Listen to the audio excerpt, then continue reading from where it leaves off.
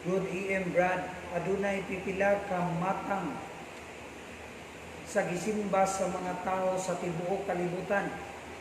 Adunay ala Elohim Yahweh hain by tinuod niini. Salamat. Good EM Brad, adunay pipila ka matang sa gisimba sa mga tao sa tibuok kalibutan. Adunay ala, adunay Dios, adunay Elohim Yahweh hain by tinuod niini. Salamat. Daghang salamat sa nagapaabot, nagapadala ninyo nga pangutana sa atong susuti paminaw. Now, nindot kayo ang pangutana mga higalang isuon. Hain ba ang tinuod niini ala Dios o Yahweh? Atong tubag, why lain tinuod mga higalang isuon? Yahweh. Ngano man, unsa man ang atong pamatuod, nganong Yahweh man gyud ang tinuod. Ang Yahweh mao ang orihinal nga ngalan sa atong langit nung amahan. Yahweh ang orihinal nga ngalan sa atong langit nung amahan, sa atong labawng makagagahom, nga sa ubang mga relihiyon, ubang mga pundok, ila na ning giusab, ilang gipulihan tungod sa mga maghuhubad sa Biblia, ug may hinungdan nga ang ngalang Dios, ang ala o ang uban nga mga ngalan sa makagagahom gipangsimba na karon sa tibuok kalibutan. Inay usara ang tinuod, usara ang kamatuoran, ug ang kamatuoran mao si Yahweh ug wala nay lain mga higalag igsoon. Sa Isaiah 42 versikulo 8, ako ug kana mao ang akong ngalan. Tinaw, klaro mga higalag igsoon nga ang makagagahom ni angkon sa iyang balaang ngalan, ako si Yahweh ug kana mao ang akong ngalan. Giangkon ang iyang ngalan mga higalag igsoon. Original nga ngalan sa atong makagagahom mao ang Yahweh. Usa ka Hebreo nga ngalan nga gisimba sa mga Hebreuhanon, gisimba sa katawhang Israel, makagagahom ni Abraham, ni Isaac ug ni Jacob. Mga higalag kaigsuonan kay si Abraham usaman siya ka Hebreuhanon. O si Yahweh ang makagagahom sa mga Hebreuhanon, ang makagagahom ni Moses mga higalag igsuon. Ato ni makita dinhi sa Exodo 9 versikulo 13, ug ang Elohim miingon ngadto ni Moses, bangon og sayo sa kabuntagon ug barog ato bangan ni Paraon og sulti ngadto kaniya sa ingon, nagasulti ang Elohim nga si Yahweh, Elohim sa mga Hebreuhanon. Unsa mga higalag igsoon? Si Yahweh di ay Elohim sa mga Hebreuhanon.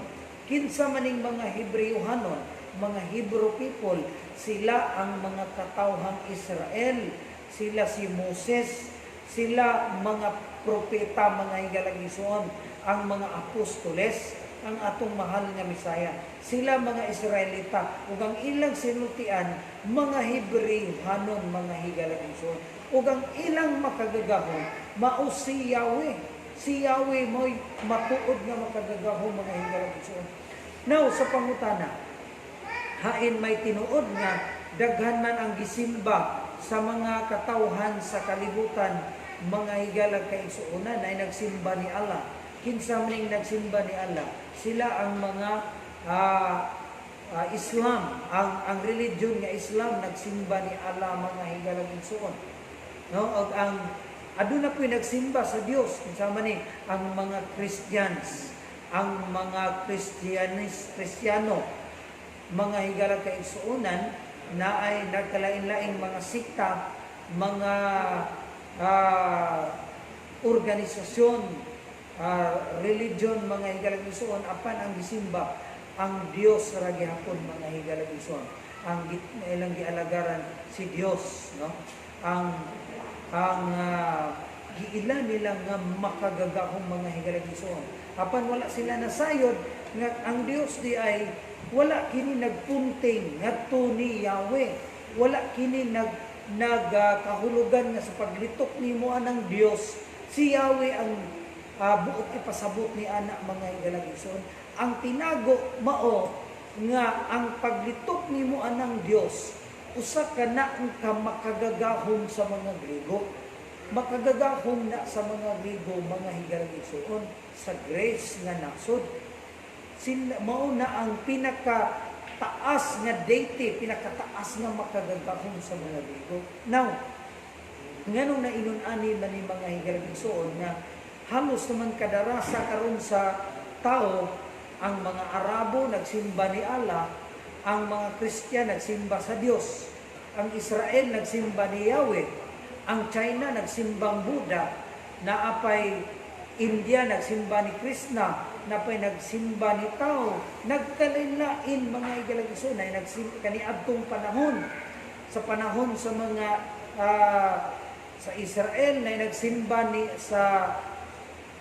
ni Mulik, na nagsimba ni God, ni Mini, na nagsimba ni Jupiter. Ato ning makita mga higala kaigsuonan sa Buhat City versikulo 43, nagsimba ni Mulok or Molek. Sa Buhat 14 versikulo 13, nagsimba ni Jupiter nga mao na si Zeus, mga higala kaigsuon. So makita nato na sukat pa di ay sa una kaning mga katawhan sa kalibutan nag-angkon sa ngalan nga gusto nilang simbahon. Nganuman ni ay pahayag sa Mikyas 4 versikulo 5. Mikyas or Micah 4 versikulo 5 atong basahon.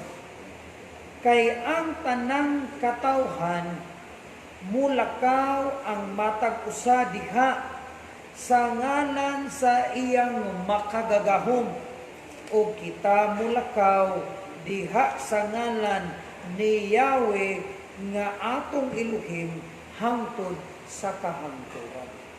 Unsa mga higalagison, ang tanang katawhan daw sa ato pa tanang rasa, mga pinulungan, tribo, banay, mga kabanayan sa yuta, nagtawag sa ngalan sa iyang makagagahom. So, ni ay pahayag ang kasulatan nga nagtug-an o ang realidad karon makita usab nato nga ang mga rasa sa mga katawhan karon na ay giangkon nga kaugalingong makagagahom. So sakto ang atong mabasa sa Micah o Mikyas 4 ko. Kay ang tanang katawhan mulakaw sa tupa magkinabuhi sila, mga lagad sila sa matag usa sa ngalan sa ilang makagagahom. So sakto mga higalagison nga kaniadto pang panahon ang mga katawhan sa kalibutan na ay nagsimbang Jupiter. No, ang Roma nga nasod sa unang panahon nagsimbang Jupiter. Nagsimba ni Zeus, no? Ang Griego ang simba sa Dios, ano si Zeus, si Jupiter. Nagsimba ni God, no? Ang Babylonia, ang uban nga mga nasod, mga higalagig suon na rimpan, rampan, ulok, mulek, no? Makita nato na mga higalagig suon sa Jeremias 32 versikulo 35, no? Nagsimba sa naghanag sila sa mga makagagahom, no? Sa laing makagagahom na si Molok. Sa Isaias 65 versikulo 11 nagsimba usab sa makagagahom, no? Si God ang makagagahom sa kanaang palad-palad mga higalagig suon og suwet. So makita nato na kung kaniadtong panahon na ay daghan na nga makagagahom nga gipangsimba.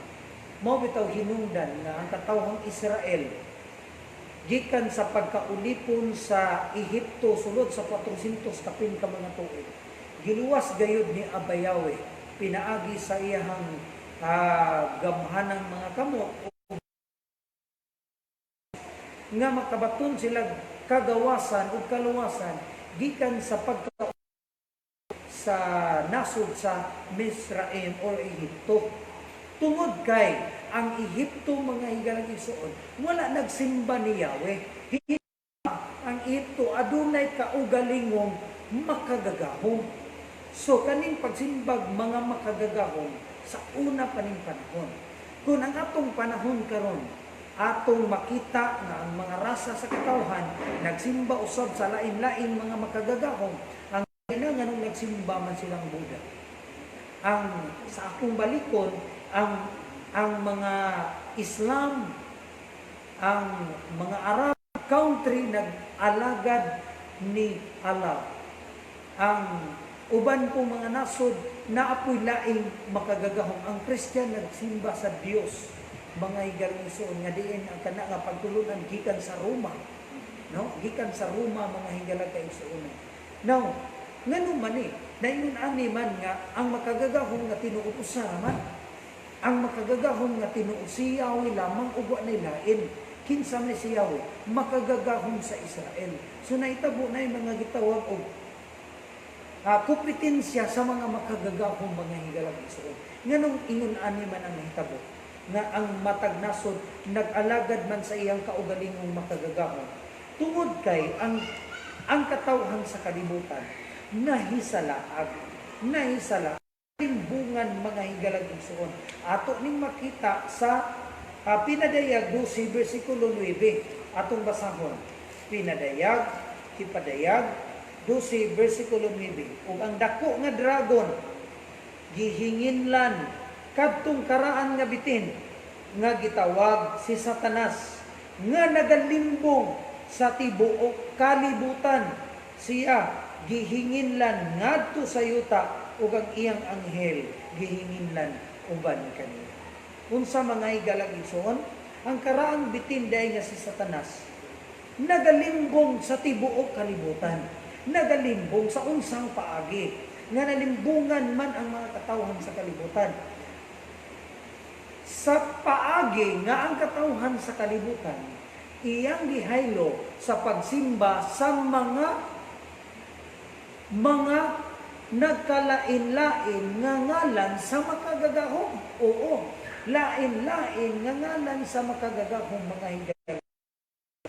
O karon, inay simbahon si Yahweh nga mao'y orihinal, mao'y tinuod, mao'y naghimo sa langit ug sa yuta, mo'y matuod nga ngalan nga angay taga nato sa atong pag-alagad, pagsimba, mga pag-ampo, mga pagpasalamat. Si Yahweh ang makagagahom sa Israel, makagagahom sa mga Hebreo, makagagahom mga higalang propeta, makagagahom sa mga apostoles. Mao si Yahweh mga higalangisoon. Yahweh ang iyang ngalan. Wala simbaha sa katawhan sa kalibutan karon. Ang gisimba ang mga ngalan nga gibilin-bilin lamang sa mga katigulangan, mga ngalan, mga higalangisoon nga gipasunod lamang sa mga katigulangan, diin ang ato usab nga mga ginikanang mga Pilipino, mga ninuno nato nga mga Pilipino, mga higalangisoon, nakakuha usab niya ng maong mga ngalan gikan sa mga katsila tungod ni Magellan mga higalangisoon nga gitudloan ta sa pagsimba ni anang mga ngalan nga gikan sa Roma nga gisimba usab sa mga Romano, mga European mga higalangisoon nga diin ang mga katsila, ang mga Latin nakakuha usab niya ng maong ngalan gikan sa mga Grego mga higalangisoon. So pasapasa lamang di ay kini. Ingon anak ko ng ubang mga nasod. Apan dapat di ay magbatunta sa tinuod. Kay ang tinuod mao lamang ang makaluwas mga higalangisoon. Dili, porque naglitok ka na og ngalan sa kun dili tinua. So siha kun kanangalan nga imong gisimba, kanangalan nga imong gisangpit, gialagaran, gitawag, giampuan karon, kun kana mauba ang ngalan sa matuod nga makagagahom. Kay kun dili mga higalag isuon, basin kana nga ngalan kana nga inimbento sa mga maghuhubad, gumikan sa paglimbong ni Satanas sa mga katawhan sa kalibutan. Gumikan sa paglingla ni Satanas sa mga katawhan sa kalibutan, pinaagi sa pagpasimba ni ining mga piki kung dili tinuod nga ngalan sa mga makagagahom nga gikan lamang sa nagkalain-laing mga nasod usuok sa kalibutan ug dili gikan sa nasod sa Israel mga higalag isip. Mao ni ang atong matngunan. Mao ni tubag sa atong pangutana nga adunay pipila ka mga matang kalibutan. Adunay ala, adunay Dios, adunay Yahweh Elohim. Hain ba'y tinuod? Wala ing tinuod mga higalag isuon. Yahweh Elohim. Si Yahweh ang Elohim sa Israel. Nagpasabot na si Yahweh ang makagagahom. Kay Elohim nagpasabot makagagahom. Si Yahweh ang makagagahom na tinuod sa Israel mga higalag kaigsuon. No, kung ang katawhan karon nagsimba sa naglain-laing ngalan, to tinuod ka na, tungod kay gipahayag nas kasulatan nga ang mga katawhan na naglakaw sa ngalan sa ilang apan sa gingon mga higalagsuon, apan kita magalakaw sa ngalan ni Yahweh ang makagagahom sa Israel hangtod ubay lain din natong alagaran o simbahon ng higalagsuon. Kaayo ang ngalan, dili kay magpataka lang ta og dito og simba. Karon ang adlaw kaluwasan. Kung kadungog ka sa mensahe sa ngalan ni Amang Yahweh ni Yeshua, ayaw paghahiay mong kasing-kasing mga higalagsuon. Haduol na ang pagbalik ni Yeshua. Makita na po karon sa mga panghitabo sa kalibutan, nanay mga sakit, nagkalain-laing sakit nga lisod kaayo ang kaayuhan. Nakabato naghadlok ang mga katawhan karon sa kalibutan mga higalagsuon. Gani ang mga nagkalain-lain nga mga gobyerno sa mga nasod sa kalibutan na natagbaw naghimo og mga pamaagi paglikay niining mga makalilisang nga mga kamatay nga niabot karon sa kalibutan mga higalagsuon. Agi hampak og silot ni Amang Yahweh aron ang mga tawo makaili si Yahweh ug anay lain nga makagagahom mga higalagsuon. Magbantay ta nga numan duol na ang panahon sa dili na tuusikan ang panahon. Kung nakadungog ka sa mensahe sa ngalan ni Amang Yahweh ug ni Yeshua, ayaw paghahiay mo kasing-kasing, abli mo sa labutan, abli mo kasing-kasing higalagsuon. Dili importante ang pundok imong gipasakupan, hinunua ang ngalan nga imong gisimba. Ang ngalan nga imong gisimba kung kana tinuod ba, kung kana mao ba ngalan sa makagagahom nga naghimo sa langit ug sa yuta mga higalagsuon. Kana nga ngalan ang mudungog sa atong mga pag-ampo. Kana nga ngalan si Yahweh ang mudungog sa atong mga pagsangpit mga higalagsuon. Mutubag sa atong mga yangungo atong mga pagtawag diha kaniya mga higalagsuon. Ug siya ang manalipod, siya ang moprotektar nato gikan sa nagkalain-laing hampak unya nga ipaabot dinhi sa yuta mga higalagsuon. Ug mao na ni ang bugtong solusyon, bugtong proteksyon nga atong mabatunan gikan tabuon niya dinhi sa kalibutan. Kuno ay adunay virus karon nga nikatap sa tibuok kalibutan mga higalagsuon nga gikadukan dili pa lang kini mao. Naapay nag-abot sumana sa Biblia, naapay nagkalain-laing silot nga ihatag si Amang Yahweh aron ang katawhan sa kalibutan mahigmata o magpatun sila kahadlok